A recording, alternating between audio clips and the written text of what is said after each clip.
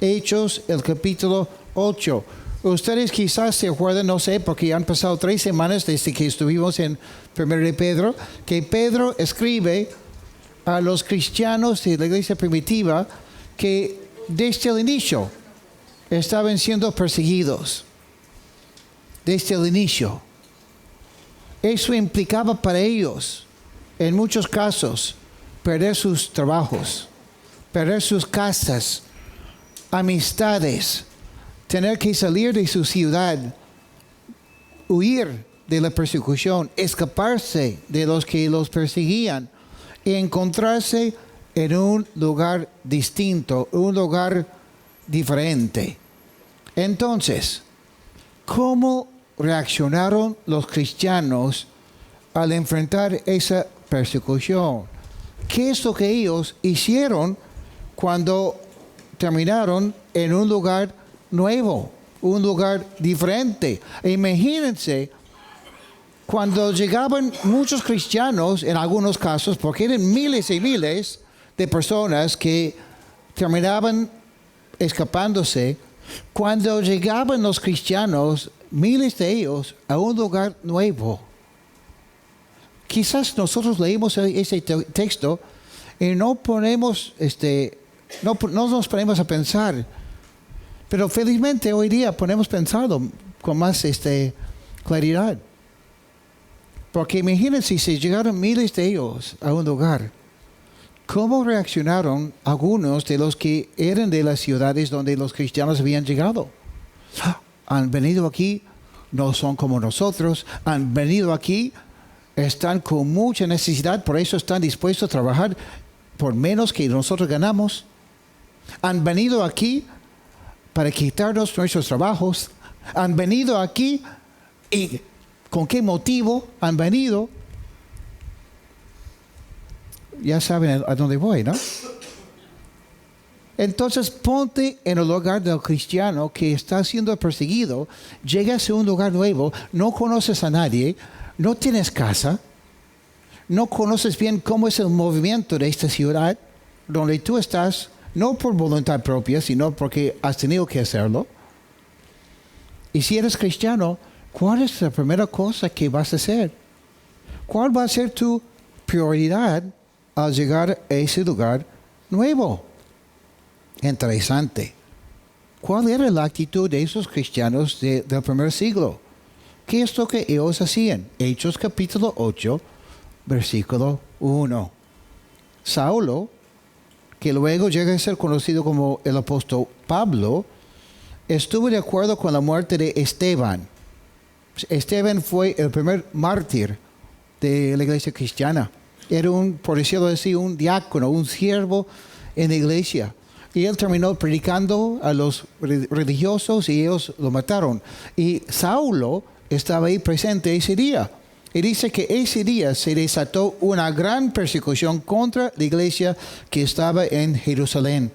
Y muchos se dispersaron por las tierras de Judea y de Samaria, menos los apóstoles. Y mientras que unos hombres piadosos levantaron a Esteban y lo enterraron y lloraron mucho por él, Saulo hacía destrozos en la iglesia. Entraba a las casas y arrastraba a hombres y mujeres y los llevaba a la cárcel. Mientras tanto, los que se habían dispersado iban por todas partes quejándose. Iban por todas partes anunciando el evangelio. Creo que lo que hacían los cristianos primitivos es ejemplo para nosotros, porque ellos son nuestros hermanos en la fe. Y voy a ser muy directo. Son un ejemplo para nuestros hermanos venezolanos que han llegado aquí al Perú. Si tú eres venezolano y te sientes mal por estar en este país y quizás hay gente que te ha maltratado, que hay gente que no te ha recibido bien, no eres el primero ni la última persona que va a pasar por eso. Los cristianos primitivos fueron perseguidos y al llegar a esos lugares predicaban, anunciaban el Evangelio. Doy gracias a Dios por los venezolanos que han llegado aquí, que son hermanos en la fe. No solo aquí a nuestra ciudad, sino a nuestra iglesia. Porque creo que han llegado con un propósito. Ese es en el caso de los que son cristianos. En el caso de los que no lo son, quizás Dios los ha sacado. Y ya hemos visto en las últimas semanas, varias personas venezolanas han recibido a Cristo acá. Y yo creo que en algunos casos Dios tiene que sacar a la persona de su ambiente, de lo que es familiar, para que la persona se dé cuenta de su necesidad de Cristo. ¿Se acuerdan de Moisés? Moisés pasó 40 años en Egipto, después 40 años en el desierto, cuando de repente conoce a Dios. Y termina siendo Moisés. ¿Quién sabe lo que Dios pasa con un venezolano que ha salido de su país? No porque quería salir, sino por necesidad. Y llega a conocer a Cristo en el Perú y cómo Dios podría usar su vida. Hermanos venezolanos, les pido predicar el Evangelio en este país. Pido que sean, yo creo que ya son, una gran bendición para nuestra iglesia. No solo son bienvenidos a nuestra iglesia, no solo considero que ustedes son una bendición, sino creo que Dios ha visto que nuestra iglesia necesitaba la presencia de cada uno de ustedes como venezolanos. Van a haber más venezolanos aquí mañana. Hay una venezolana aquí esta noche. ¿Ok? La voluntad de Dios también es una voluntad geográfica. Tiene que ver con el lugar donde Dios nos pone. Que tengan ustedes la actitud de Pablo. Pablo quería visitar Roma, aunque nunca había conocido la ciudad antes, no conocía la iglesia de Roma. Sin embargo, escuchó de los cristianos de la ciudad de Roma y quería visitarlos. Si quieren buscarlo en Romanos capítulo 1, versículos 8 al 12, vamos a ver la actitud de Pablo cuando ya estaba con esas ganas de visitar la ciudad de Roma, porque sabía que habían cristianos ahí. Romanos capítulo 1, es el siguiente libro después de Hechos. Romanos capítulo 1. Versículo 8 es donde vamos a empezar. Romanos 1, 8. Dice, en primer lugar, por medio de Jesucristo, doy gracias a mi Dios por todos ustedes y porque su fe se difunde por todo el mundo. Dios, a quien sirvo con todo mi corazón, predicando el evangelio de su Hijo, es testigo de que los recuerdo siempre en mis oraciones y de que en ellas le ruego que, si es su voluntad, me conceda que por fin pueda ir a visitarlos. Me encanta la actitud de Pablo, que al poder visitar y conocer a unos hermanos cristianos se alegró. Y a mí me encanta porque me gusta conocer a cristianos de otros países, pero no me gusta viajar. Y qué lindo que sin tener que viajar, he conocido un montón de venezolanos, hermanos, ¿no?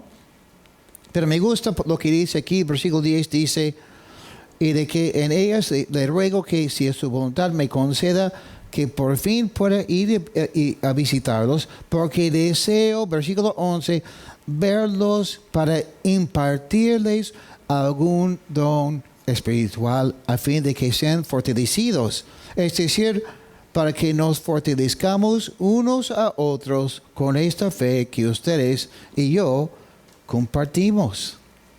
Me encanta eso, ¿no? Porque cada persona que participa en nuestra iglesia tiene algo. Tiene un don, tiene un llamado. Hay un propósito por lo cual Dios te ha traído aquí. Y yo disfruto tanto ver a los diferentes dones que Dios nos da a través de las personas. Entonces, para mis amigos venezolanos también les pido que sean dispuestos a usar los dones que Dios les ha dado para su gloria y para la edificación de nuestra iglesia. Y ahora vamos a 1 de Pedro, capítulo 4. 1 de Pedro, capítulo 4, que queda casi al final del Nuevo Testamento. Casi.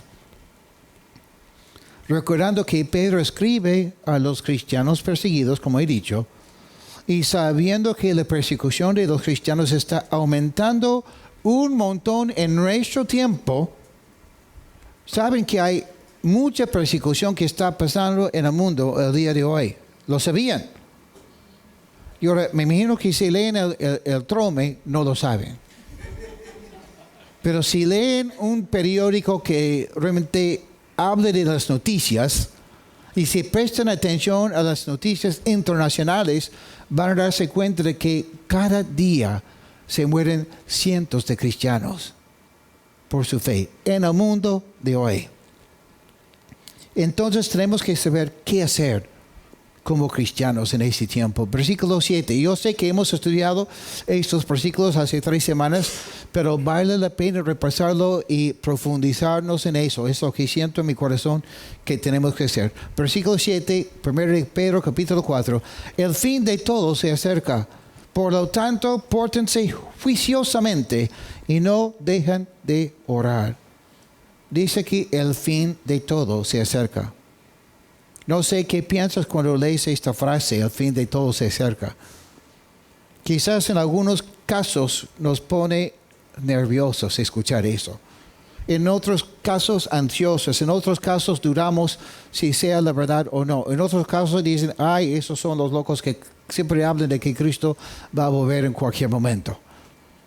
Lo que Pedro quiere decir es algo sumamente positivo para el creyente. El fin aquí es la palabra telos en el griego. La palabra telos en el griego. Y quiere decir la consumación de todo. La idea aquí es que todo va a ser completado. Todo va a terminar bien en el momento que Cristo decida. Y dice Pedro que va a ser pronto. Es la idea de algo completamente desarrollado. La idea es llegar a cumplir con la meta. Esa es la idea aquí. A la vez significa que las cosas no van a seguir igual para siempre. El tiempo es limitado. Muchas veces la gente vive como si este mundo va a continuar para siempre. La Biblia enseña que no, que el mundo va a llegar a su fin. Y no va a ser por cambios climáticos, sino porque Cristo mismo lo va a hacer. Un pastor ha dicho algo interesante, dice que, para explicarlo así, dice que existen 3 relojes que son de Dios. ¿Ok? 3 relojes que son de Dios y cada reloj tiene su alarma. El primer reloj es el reloj que marca el fin del tiempo, el fin del mundo. El segundo es el reloj que marca el fin de tu vida. El tercer reloj marca el tiempo que te queda para que puedas responder a la gracia y la salvación que Cristo te ofrece. Ese tiempo también se termina. Si has escuchado de que Cristo murió por ti en la cruz, que dio su vida por ti, si has escuchado de que tú eres un pecador y que Cristo dio su vida para que tú puedas ser perdonado, tener una vida nueva en Él, una vida eterna, el tiempo en el cual tú vas a poder responder a esa invitación de Cristo tiene su límite. 3 relojes. El mundo se va a terminar. Ese es uno. Tu vida también. Y tercero, el tiempo que puedes responder a Cristo. Por lo tanto, dice Pedro, pórtense juiciosamente. O sea, no tienes todo el tiempo del mundo. Lo que sí tienes es este momento. Dice la Biblia, hoy es el día de salvación. Hoy, entrega tu vida al Señor Jesucristo.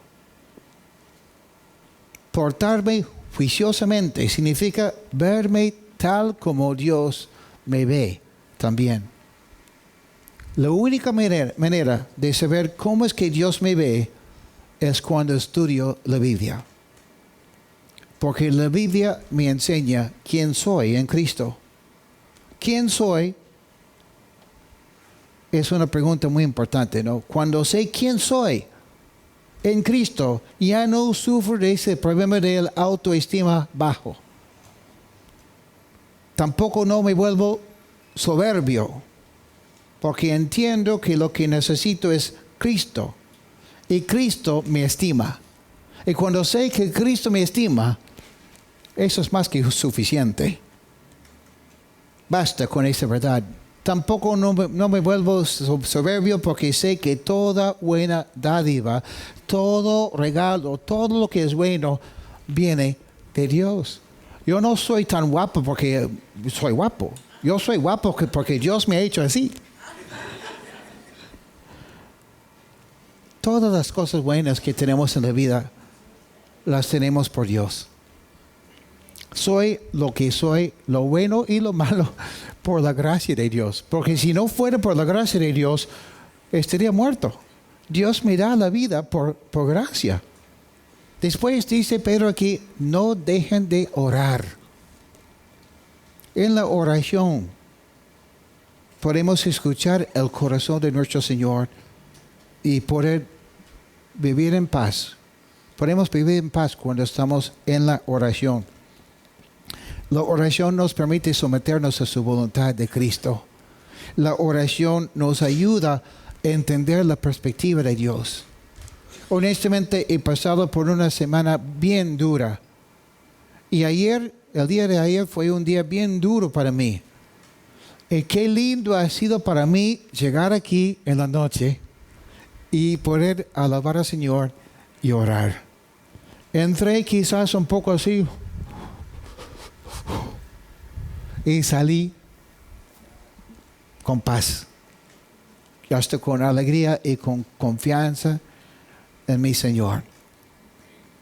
¿Te acuerdas cuando Cristo estaba en Getsemaní, la última noche de su vida? Estaba luchando. Su cuerpo, su carne no quería someterse al Dios Padre y a ir a la cruz. No quería. Además, Satanás se estaba atacando con todas sus fuerzas. ¿Y qué hizo Cristo? Oró. Y en la oración, ¿qué dijo Cristo? Dijo, Padre, si quieres, haz que pase de mí esta copa. Pero que no se haga mi voluntad, sino la tuya. Qué lindo cuando podemos con toda confianza, aunque no entendemos, aunque las cosas no cambien, decir, Señor, que hagas tu voluntad, que haga tu voluntad, Señor. Porque la oración no solo es presentar una lista a Dios, no solamente es hablar. La oración, y quizás la parte más importante, es escuchar a Dios. En la oración Dios cambia mi corazón y me hace más sensible a lo que Él quiere. Mi vida es más útil para su reino cuando entro en ese tiempo de oración con el Señor. Compartí con algunos de los que estaban aquí anoche que eso no me pasa todos los días, pero compartí anoche que hace una semana estábamos aquí alabando al Señor y estaba sentado aquí, parado aquí, y de repente vino a mi mente y tuve como una visión. Y vi un hombre que no conozco, jamás he visto a este hombre, pero hasta el día de hoy veo su cara. Sé cómo estaba vestido este hombre, era un hombre árabe del Medio Oriente. Yo recuerdo exactamente cómo es él. Y Dios me ha tenido una semana orando por ese hombre. Y tengo la confianza de que voy a ser parte de lo que Dios hace en su vida. Y quizás voy a llegar a conocerlo en el cielo y decir, ¡ah! ¡Te conozco! Yo estaba orando por ti.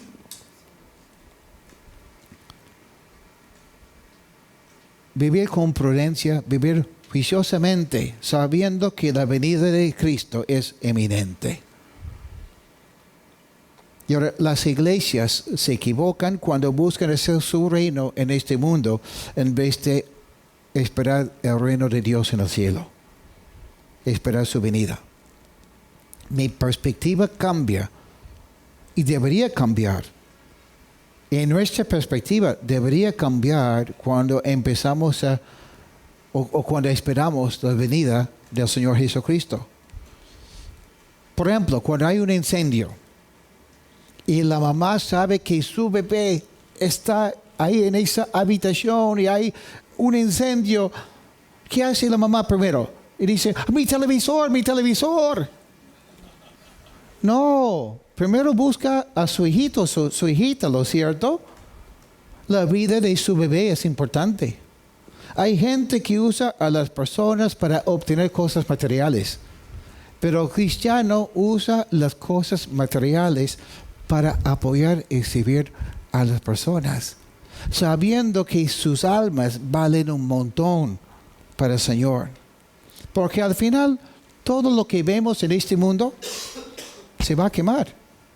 ¿Lo cierto? Versículo 8.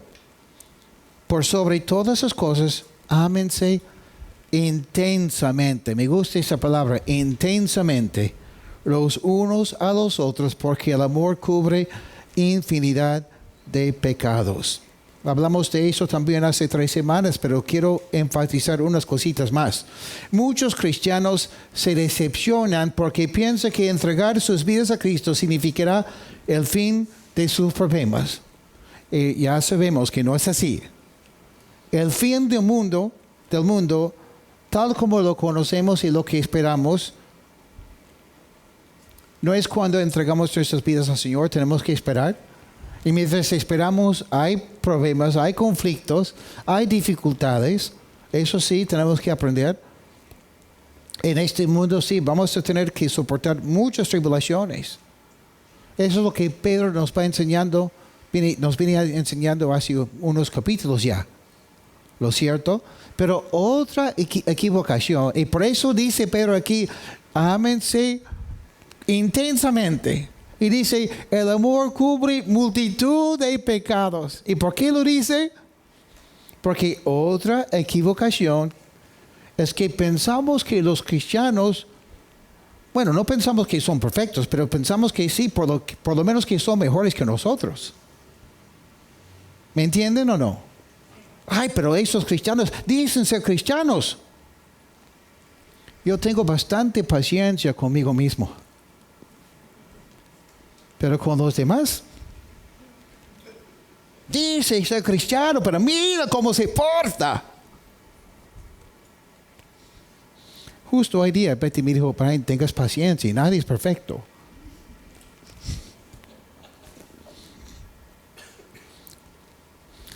Lo que pasa es que esperamos que los demás miembros de Coronilla sean mejores. Pero al final, los otros miembros son como tú. ¡Wow! ¡Qué horror!, ¿no? Son como yo. Hay que ser realistas. Hay que dejar de esperar que nuestros hermanos sean perfectos. Hay que perdonar. Ya hablamos acerca de la actitud de los cristianos perseguidos. Y hablamos de la actitud que deben tener nuestros hermanos venezolanos. Y ahora vamos a hablar a los peruanos, bueno, y a todos también. Porque al final todo acá se aplica a todos.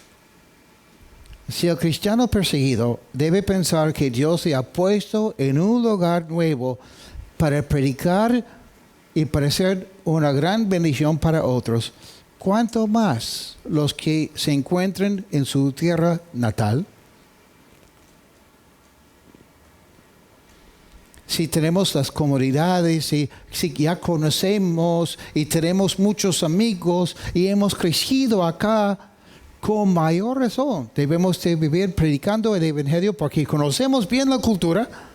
Bueno, yo digo, yo no soy peruano tampoco, ¿no? Ya sabemos cómo somos. Tenemos recursos, tenemos contactos.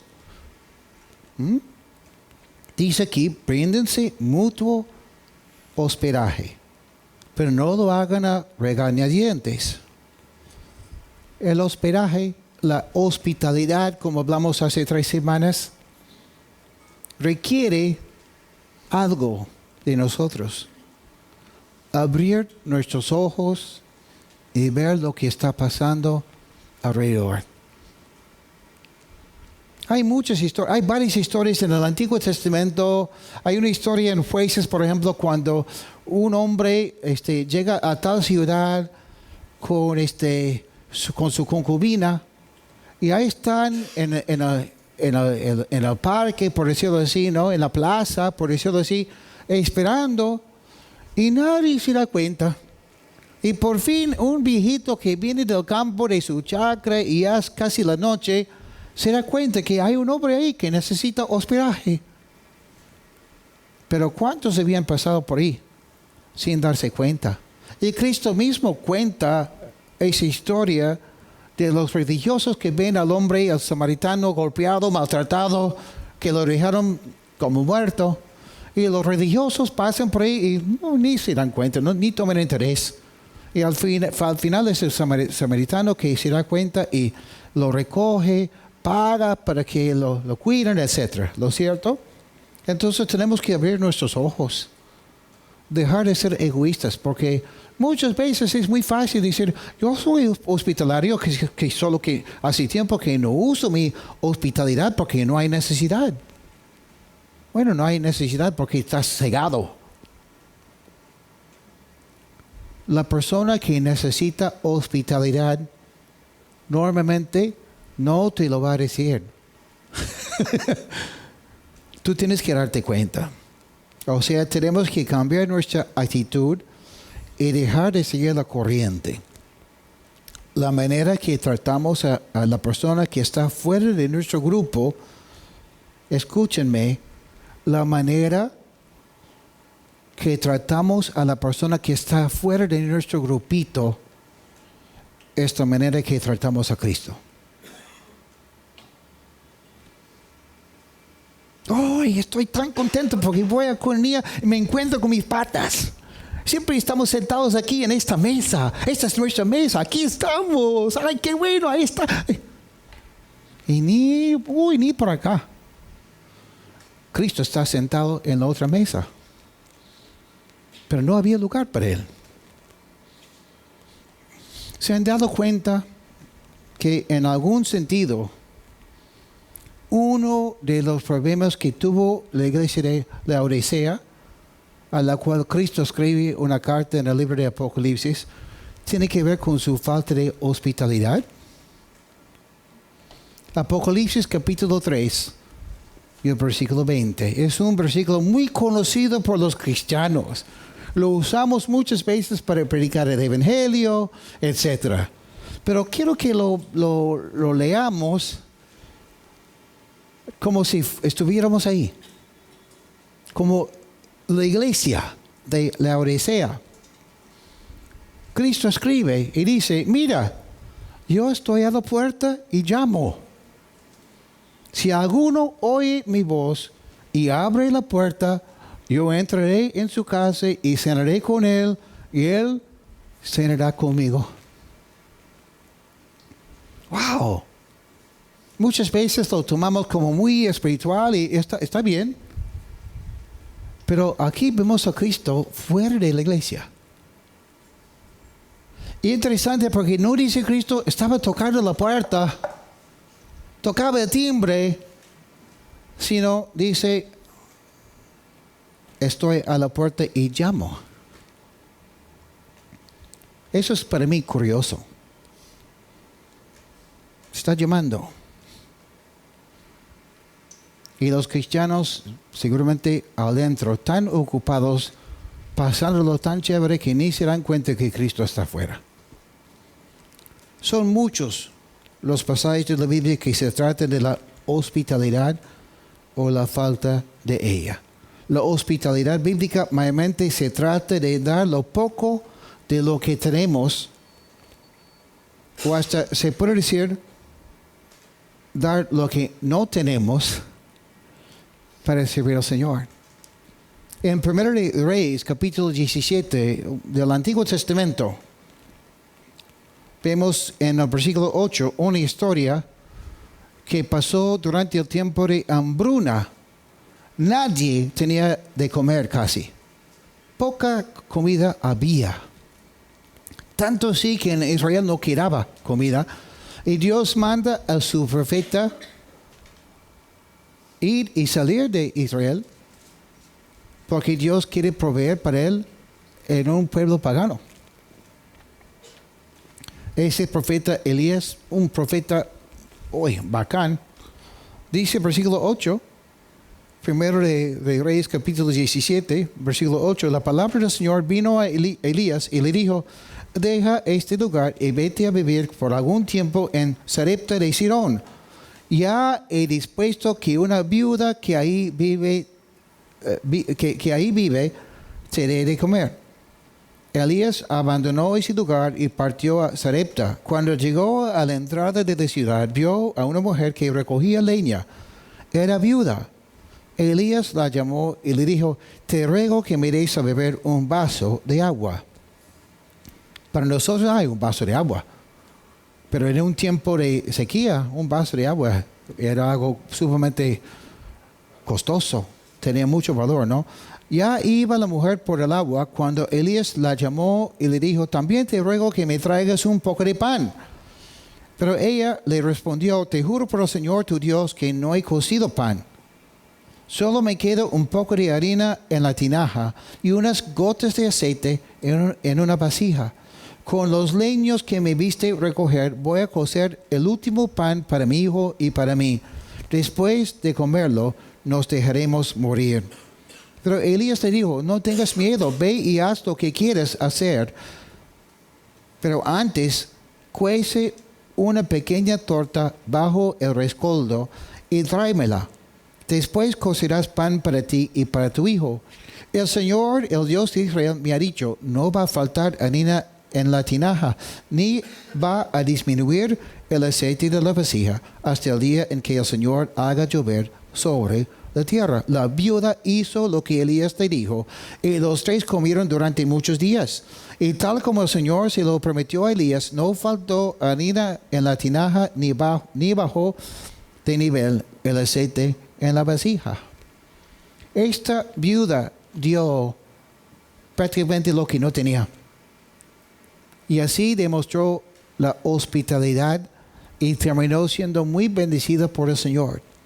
En el caso de algunos, son tan tímidos que no se acercan a una persona nueva porque piensan que no van a tener mucho que decir. Yo sé, porque yo he sido recontra tímido. Yo veía una persona, yo quizás quería conversar con esa persona para mostrarle el amor de Cristo, y en mi mente yo hacía toda una supuesta conversación con esa persona. Ok, le pregunto cómo se llama. Me va a decir su nombre. Y después, ¿qué voy a decir después? Ay, no sé qué voy a decir. Mejor no, ni empiezo. Y ahí me quedaba.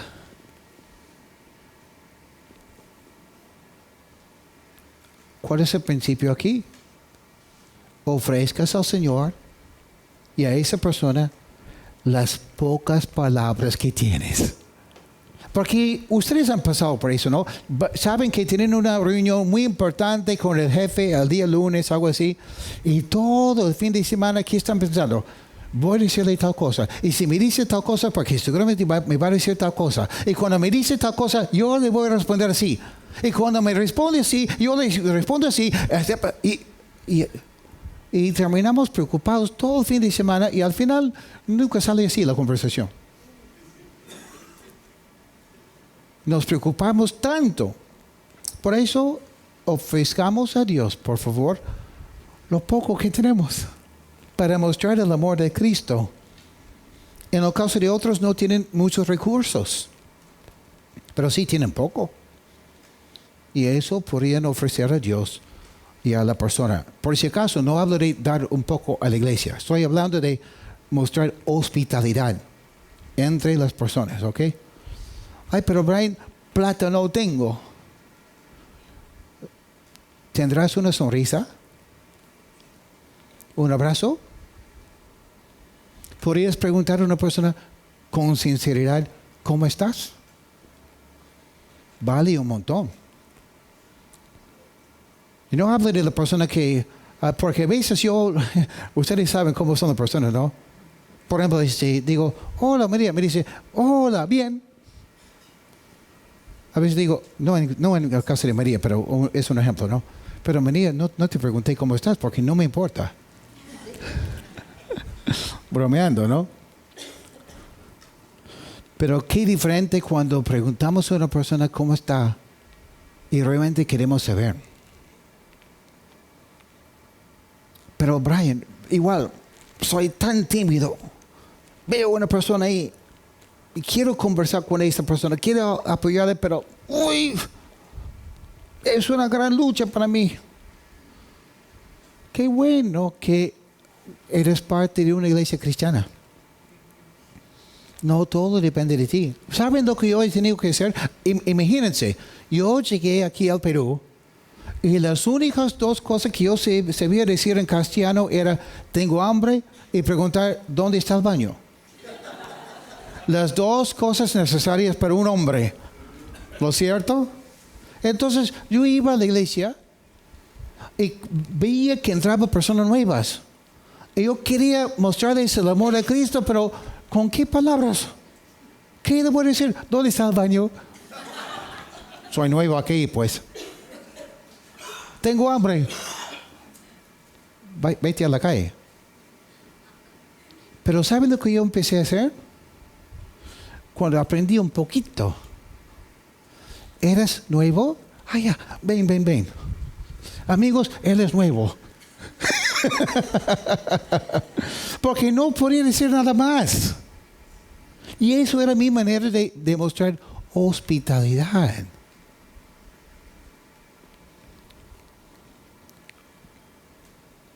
Esto que Pedro está diciendo en el versículo 10. Primero de Pedro, capítulo 4, versículo 10. Ponga cada uno al servicio de los demás el don que haya recibido, y sea un buen administrador de la gracia de Dios en sus diferentes manifestaciones. Hablamos un poco anoche como introducción a los dones espirituales, porque vamos a estudiar estos dones después de terminar el primero de Pedro. Pero estoy con tantas ganas que aprovecho. Y aquí dice, habla de los dones, ¿no? Y por eso hablamos un poco anoche de los dones espirituales. Y mencioné que muchas veces Dios sabe que lo que le agrada y lo que necesitamos es fe. Y por eso muchas veces Dios pone algo en nuestra mente o en nuestro corazón, pero no es completo. En mi caso, a veces Dios me da literalmente son unas palabritas de profecía. Y tengo que empezar. Y mientras hablo, sale el resto. Pero si no empiezo con esas primeras dos, 3, 4 palabras, nunca voy a terminar tampoco. Porque para terminar tienes que empezar. A veces, por ejemplo, una persona me dice, Brian, Dios me mostró una visión, me mostró algo cuando estábamos alabando al Señor, pero no lo entendí, por eso no lo compartí. Yo creo que puedo hablar por Pilar. Varias veces Pilar me ha comentado sueños que son de Dios. Y en varios momentos Pilar me ha dicho, Brian, he tenido un sueño y no lo entiendo. Pero eso no fue un impedimento para Pilar compartir conmigo su sueño. Y cuando Pilar compartió conmigo su sueño, aunque Pilar no entendía nada, yo entendía todo. Porque al final el sueño era para mostrarme a mí que lo que yo estaba pensando, lo que yo estaba orando, era de Dios. Era una confirmación. A veces Dios nos da una profecía y no es completa. Compartes una parte y Dios lo va a usar. Por ejemplo, el don de lenguas. Algunos tienen ese don de lenguas y terminan diciendo, pero si hablo en lenguas, si uso mi don de lenguas, la gente no va a entender. Por eso mejor me quedo callado. Pero hermanos, noticia, por eso existe otro don que se llama el don de interpretación de lenguas. O sea, es trabajar en equipo. Una persona tiene el sueño, otra persona tiene la interpretación. Una persona tiene el don de lenguas, otra persona tiene interpretación de lenguas. Una persona tiene un don de profecía Imagínense, la misma Biblia dice que los profetas del Antiguo Testamento muchas veces profetizaban sin entender lo que ellos habían profetizado. ¿Por qué? Porque no era exactamente para ellos, sino para nosotros en nuestros tiempos. Tenemos que quitar de nuestra mente esa idea que va en contra de la fe, que dice, si no la entiendo, no es útil. No es así. Es lo contrario. ¿Por qué? Porque todo es por la gracia de un Dios sabio, omnisciente y bondadoso. Y por eso digo también que es gracia, la gracia de Dios, porque si intentas usar un don y no te sale bien porque eres carnal, igual va a haber gracia por ti aquí. No te vamos a expulsar. Profetizaste mal, expulsado de coronía. No, no es así. Estamos sirviendo a los demás con los dones que Dios nos da. Pero si no usas el don que Dios te ha dado, porque eres tímido o porque no entiendes, al final tú sufres. Y nosotros también sufrimos. Anoche hablamos de lo importante que es vivir según la palabra de Dios y no vivir según nuestras experiencias o la falta de ellas. Y esta verdad se aplica en esta área de los dones espirituales también. Hay gente que dice, yo no creo en esos dones porque nunca los he experimentado. Y después nos acusan de ser personas que vivimos según nuestras experiencias y no según la palabra de Dios. No, es lo contrario. El hecho que nunca has experimentado tal don no quiere decir que ese don no existe. Más bien, vamos a confiar en lo que dice Dios en su palabra. Otros están al otro lado de la moneda, por decirlo así. Han tenido una mala experiencia en una iglesia, donde la gente decía que estaba usando un don espiritual y no era nada espiritual, sino era todo carnal. Y por eso dicen, no, para mí eso no me interesa, no lo quiero, porque no quiero vivir según mis experiencias. Pero estás viviendo según tu experiencia por tu mala experiencia, en vez de vivir según la palabra de Dios. ¿Me entienden? Ok. Entonces lo que necesitamos es los dones espirituales ejercitados conforme a la palabra de Dios. Conforme a lo que Dios revela en su palabra. Ni hablar de la falta de algunos de avanzar en la fe por ese trauma que han recibido en una iglesia anterior. Hoy, ¿cuántas personas he visto? Hasta personas que vieron aquí que han participado en una iglesia o han escuchado de un primo, de un vecino que participó en una iglesia donde le manipularon, le trataron mal y por eso llega aquí, se llega así.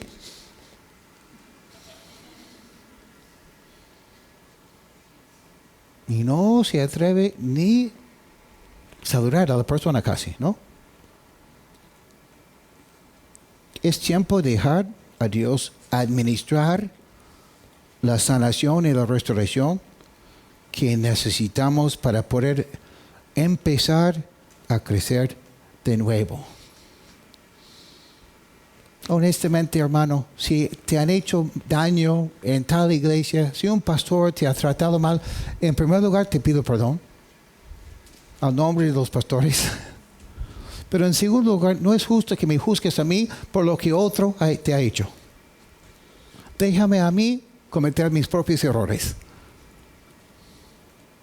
Dice aquí la palabra de Dios, seguimos por favor, 1 Pedro 4.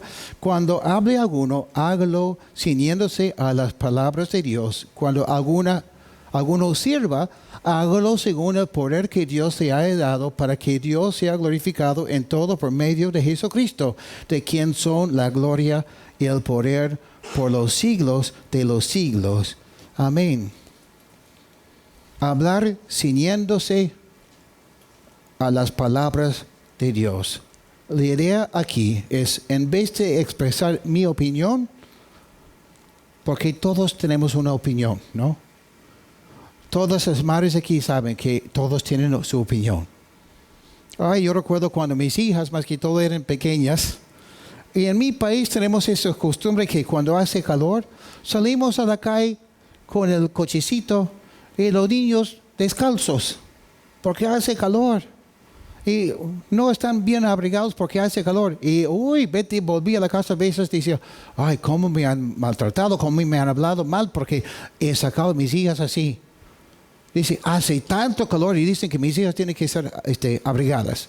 Y personas completamente desconocidas. Yo recuerdo, ustedes conocen a mi hijo Marco, que está aquí. Cuando llegamos, un día estábamos comiendo helados. Y una señora está viendo a Betty. Después me mira a mí, ve a Marco y nos mira así. Y después se pregunta a Betty, ¿es su hijo? Sí. ¿Y él es el papá? Y Betty le dice, sí. Y le dice, ¿estás segura?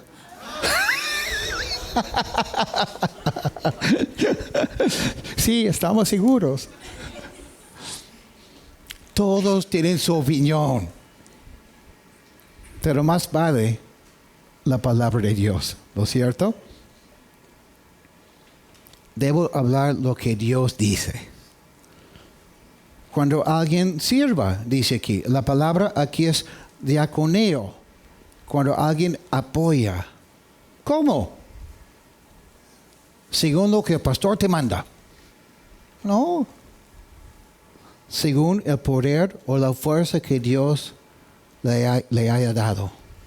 Por eso aquí, si tú esperas que el pastor Brian te diga lo que tú tienes que hacer, vas a esperar mucho tiempo.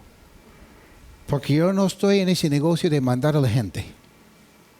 Es Dios que tiene que poner en tu corazón lo que tú vas a hacer. Y después yo te apoyo. Te guío un poco. ¿Ok? Pero la palabra aquí es interesante, esa palabra. Y dice en griego, choregeo. De que viene la palabra coro. Coregeo, choregeo. Cuando servimos al Señor, lo lindo es que no tenemos que hacerlo solo, sino en un coro, en un equipo. ¿Por qué? Porque nadie en sí. Bueno, mejor pregunto, porque anoche he dicho la respuesta. ¿Alguien aquí que es una persona cristiana tiene todos los dones del Espíritu Santo? ¿Alguien? Marco dice que sí, Jaime dice que sí, Horacio también, Rodrigo también, Mabel también, yo también. Yo tengo todos los dones. Todos los dones del Espíritu Santo. Porque en primer lugar, cuando tengo al Espíritu Santo, el Espíritu Santo tiene todos los dones. Pero también, en segundo lugar, en que trabajamos en equipo, lo que a mí me falta, quizás tú lo tienes. Y lo que tú no tienes y yo tampoco no lo tengo, ella lo tiene. Y lo que ella no tiene, aquella persona sí lo tiene. Y así es por eso que Dios nos llama a ser parte de una iglesia que es la familia de Dios, también conocida como el cuerpo de Cristo. Como hablamos hace unas semanas también, ¿no?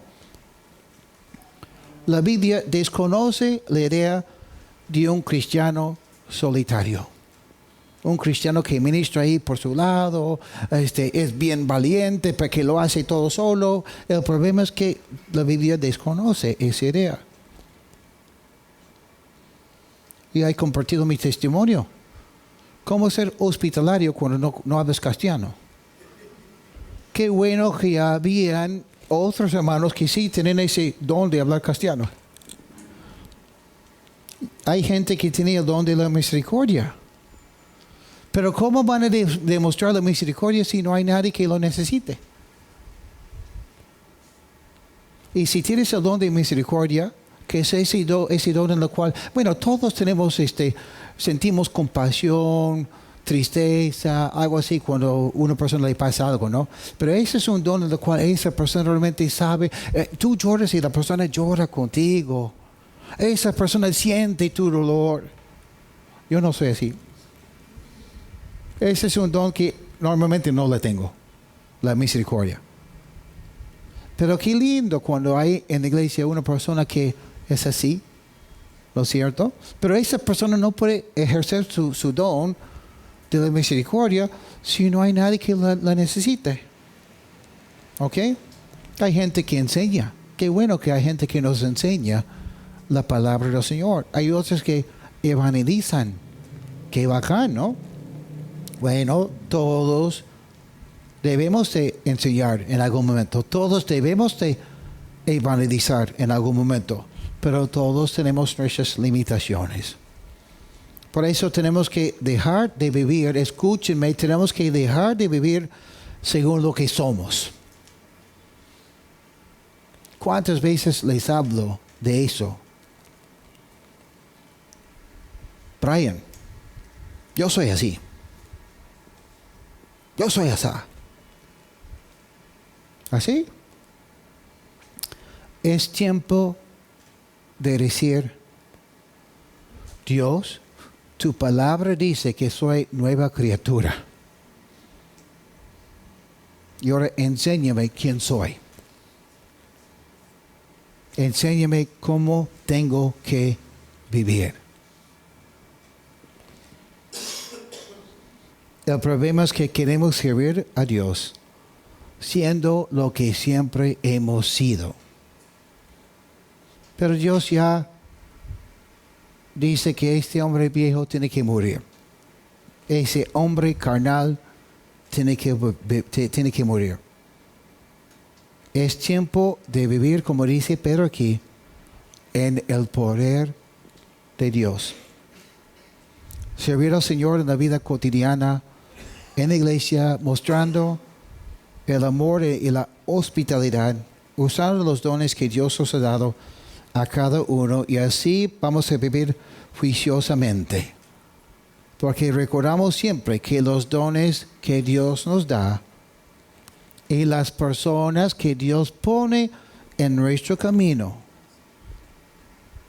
todo lo hace Dios para su gloria. Y por eso la palabra de Dios también dice que tenemos que dejar de ver a las personas como antes las veíamos, sino verlos con los ojos de Dios. De ver que cada persona es importante. Es más, Pablo, cuando escribe a los Corintios, dice que los que realmente son las personas que tú quisieras esconderlos, ¿no? Hoy, aquí viene esa persona otra vez a la iglesia.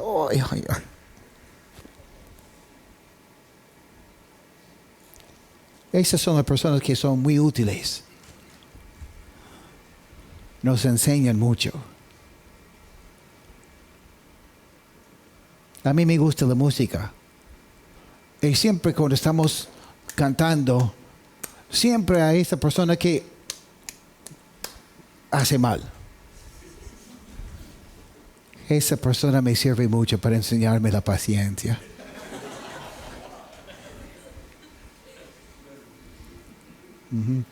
Hay un motivo por el cual aquí en esta iglesia hay una sola persona que toca pandereta. Porque yo he participado en iglesias donde casi todas las mujeres llegaban con sus panderetas y hoy era terrible. No, les cuento, algunos de los dinosaurios de Coronilla ya han escuchado la historia, pueden tomar siesta unos 2 minutos. ¿Ya? En nuestra iglesia en Miami Beach había un hombre, Samuel Taikuchinsky, un judío cristiano. Samuel Taikuchinsky es uno de esos hombres genios. Tú le preguntas cualquier cosa de la historia y te cuenta todos los detalles. Tú le preguntas quién ha sido el rey de España en 1322 o algo así, y te dice su nombre, y después te dice se casó con tal mujer, y después ella falleció y se casó con otra y tuvieron 6 hijos juntos y se llaman papá. Nunca conocí un hombre tan inteligente como Samuel Taikochinsky. Pero como muchas veces pasa con esas personas muy inteligentes, en cuanto a su trato social, nada que ver. Una noche, una persona me llama por teléfono, me dice, ¿tú eres Brian? Sí. Vivimos cerca de ti. Nos gustaría visitar tu iglesia, Calvary Chapel, Miami Beach. Pero no tenemos auto. ¿Hay una forma que alguien podría jalarnos? Sí, yo tengo auto. ¿Dónde viven? Allá. Voy a recogerlos. Cuando suben en mi carro y estamos yendo a la iglesia, les pregunto, ¿y cómo se enteraron de nuestra iglesia? Y me dicen, ¿tú conoces a Samuel Taikochinsky? Yo contesto sí o no. Y digo, sí. Es por Samuel que estamos yendo a la iglesia de Calvary Chapel. ¿Sí? Sí, lo que pasa es que vamos a otra iglesia y esta iglesia es una iglesia donde no hay mucho amor. ¿Y qué es lo que pasa? Tenemos los servicios los domingos en la noche. Y cada domingo en la noche llega Samuel a nuestra iglesia y dice que nuestra iglesia no vale para nada, que es mejor sería cerrar la puerta, que todos tenemos que ir a Calvary Chapel. ¡Qué horror! Y me cuenta, me dice, por eso estamos yendo a Calvary Chapel. No por el consejo de Samuel, sino porque hemos pensado, cualquier iglesia que soporte a ese hombre debe ser una iglesia de mucho amor.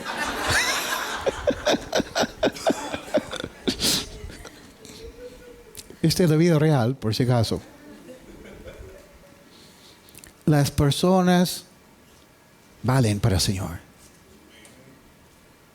Las personas raras, como yo, y las personas no tan raras también. Amén. Ok. Es un pasaje que ya estudiamos hace 3 semanas, pero Dios me dio, creo, algo nuevo, algo fresco, algo diferente que necesitamos como personas y como iglesia. La hospitalidad, que significa poner empeño para salir de mi mundo, confiar en Dios y hacerle a otra persona sentir el amor de Cristo. Proclamar la palabra de Dios, no mi opinión. Tomar pasos de fe y vivir conforme a la palabra de Dios y no conforme a mis ideas o mis experiencias, mis sentimientos, y mucho menos vivir conforme a mis dudas. Si sientes que Dios te está mandando a hacer algo y es demasiado grande y no queda claro todavía, probablemente es Dios. Pero cuando tú ya lo tienes todo y mira, así va a ser, ay, tienes que tener cuidado, porque probablemente eso sea algo de tu carne.